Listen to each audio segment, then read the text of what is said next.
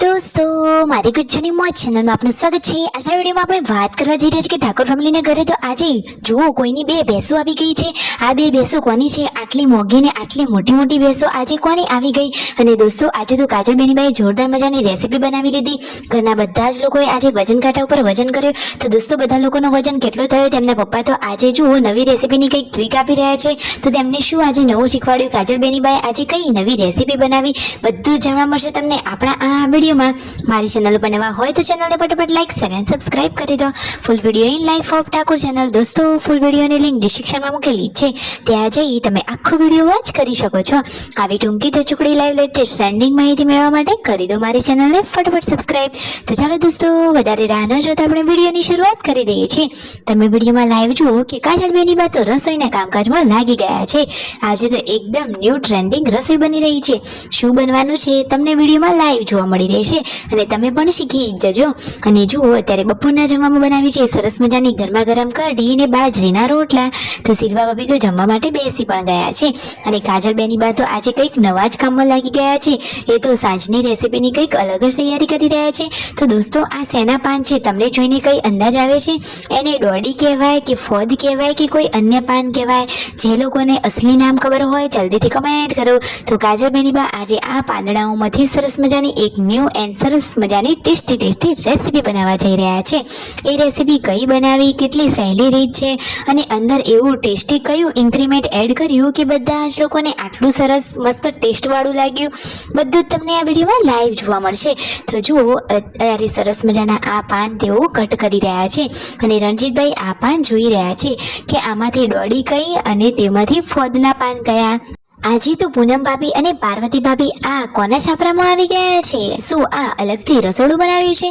એ તો અહીંયા રોટલી પકાવી રહ્યા છે। તો દોસ્તો આ રોટલી તેઓ કઈ જગ્યાએ બનાવી રહ્યા છે? આ તો એકદમ નવી અને યુનિક જગ્યા લાગી।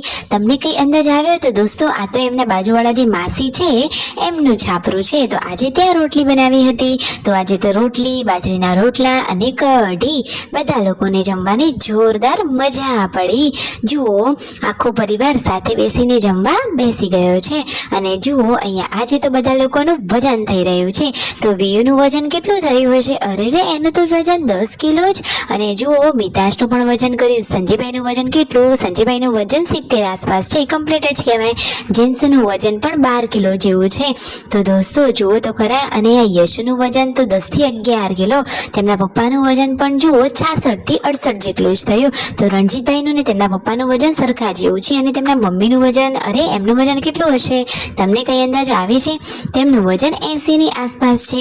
આજે તો ઘરના મોસ્ટ ઓફ બધા સભ્યોનું વજન કર્યું અને સાંજે તો આજે જુઓ કાજલ બેનીબા અને શિલ્પા ભાભી વહેલેથી જ રસોઈની તૈયારીમાં લાગી ગયા છે, કારણ કે નવી રેસીપી બની રહી છે તો સાધન સામગ્રી બધું જ વધારે જોઈએ અને એના માટેની તૈયારીઓ પણ અગાઉથી થવી જોઈએ।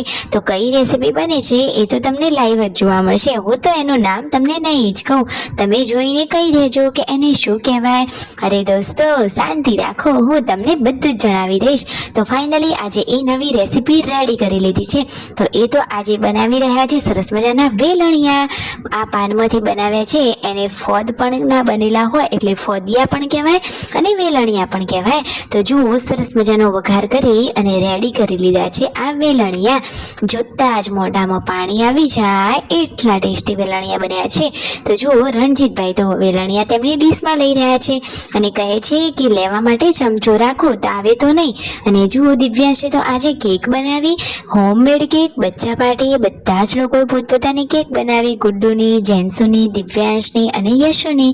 જુઓ બાળકો કેવું સરસ મજાનું રમી રહ્યા છે, કંઈ શીખે પણ ખરા અને એમાંથી કોઈ વાનગી પણ બની જાય।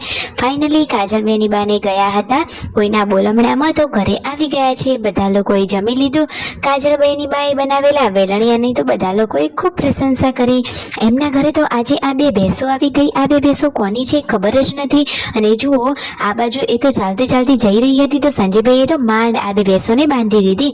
પછી ગામમાંથી જે લોકોની હતી એ લોકો લેવા માટે આવી ગયા છે અને કહે છે કે તમારો ખૂબ ખૂબ આભાર કે તમે અમારી ભેંસોને અહીંયા સાચવી અને બાંધી લીધી, નહીં તો અમે એમને ક્યાં શોધવા જાત, ક્યાં સુધી શોધત અને મળત કે નહીં, એ બધી જ પ્રોબ્લેમ રહેત। સાચી વાત ને દોસ્તો? તો ફાઇનલી ભેંસો મળી ગઈ તો એ માલિક પણ ખુશ ખુશ અને આ બધા ઘરના લોકોને પણ હવે શાંતિ. વિડીયો ગમ્યો હોય તો કરો ફટોફટ સબસ્ક્રાઈબ.